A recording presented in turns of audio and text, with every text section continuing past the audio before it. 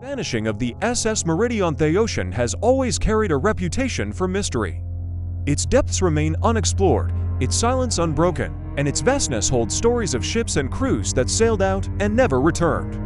Among those countless disappearances lies the case of the SS Meridian, a freighter whose vanishing in 1977 has haunted sailors and investigators for decades. It is not merely the fact that the ship was lost without a trace. It is the fragments of testimony, the garbled signals, and the chilling discoveries afterward that make this story one of the most disturbing mysteries at sea.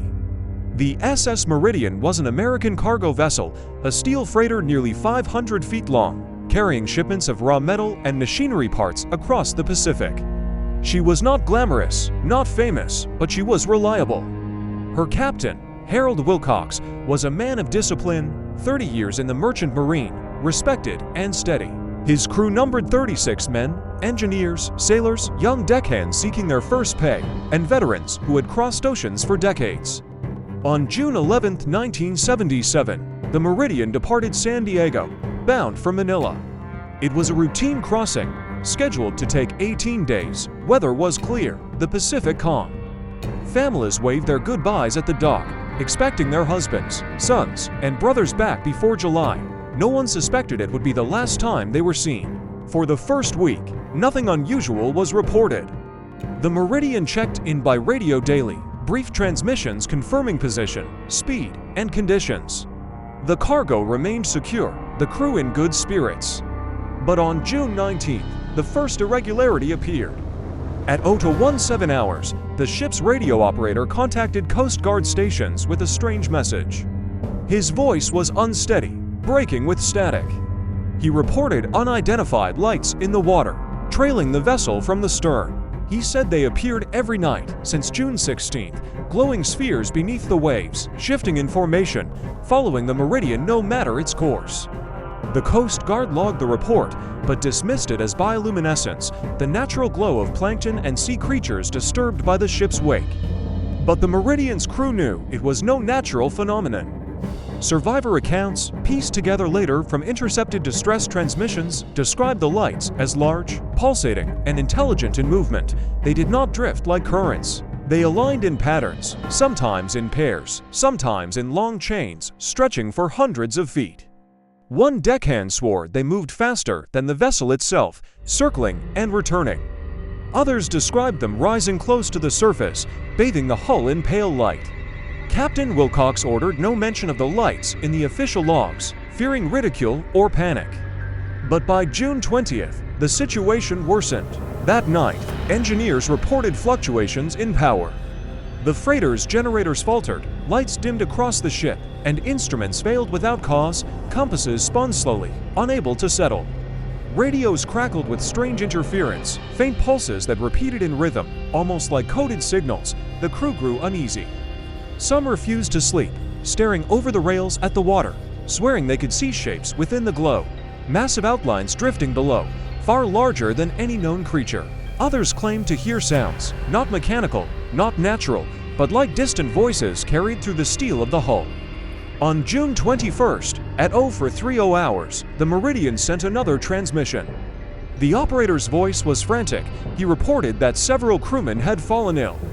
Violent headaches, nausea, and nosebleeds spread through the lower decks.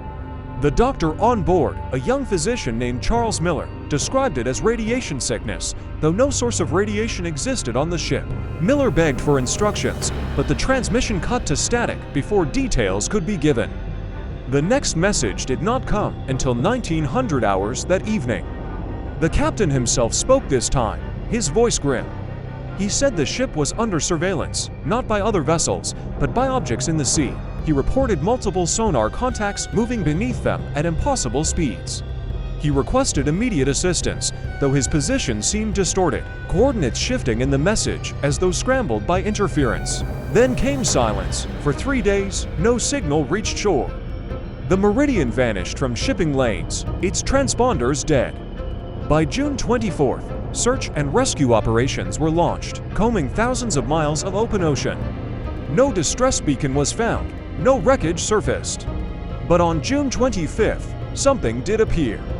At 03:01 for hours, a Japanese cargo vessel named Kobe Maru reported receiving a faint signal on emergency frequencies. It was a recording, garbled, distorted by static, but chillingly clear in places. The voice was that of Captain Wilcox. "Lights all around us. The sea is alive. Engines failing. Something is rising. Do not follow." The message ended in screams, followed by an unearthly sound, a low, resonant hum, pulsing like a heartbeat. When the Kobe Maru relayed the recording, authorities dismissed parts of it as interference. But sailors knew what they heard. That hum was not static. It was something else, something alive.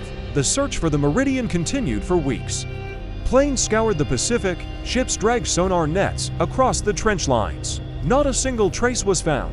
The freighter, her crew, her cargo, all gone. Families received no closure, only folded flags and apologies. The case was quietly closed as lost at sea, but years later, fragments began to surface. In 1981, fishermen off Guam recovered a lifeboat adrift at sea. Its paint matched the Meridian. Inside were twisted scraps of steel, warped and melted as though by intense heat.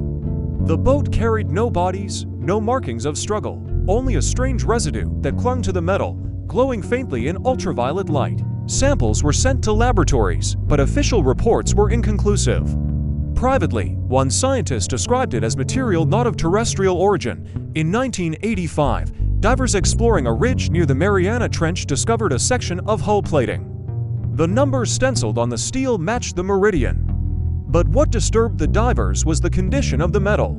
It was not corroded by time, nor shattered by pressure. It was carved-etched with intricate circular patterns, as though melted into design. Some resembled symbols, others spiral forms stretching across the surface. None could be explained. Rumors spread through the merchant marine. Some whispered the Meridian had been caught in a secret Navy test gone wrong. Others claimed she had stumbled upon something ancient beneath the sea, something that did not forgive intrusion. Old sailors tell of similar lights trailing their ships, of hums heard through steel at night, of voices calling in languages no man speaks. They warn never to follow them, never to acknowledge the glow.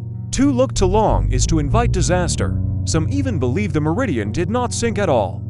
They say she was taken, drawn down whole into the abyss, crew and cargo claimed by forces older than humanity itself. There are stories of ghost transmissions, faint signals that appear on marine bands, repeating every June, the voice of Captain Wilcox echoing through static.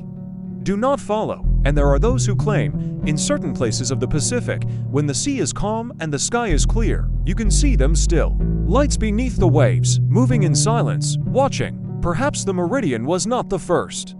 Perhaps she will not be the last, because the ocean is vast, and in its depths live things we cannot name. Things that do not reveal themselves to us unless we wander too close.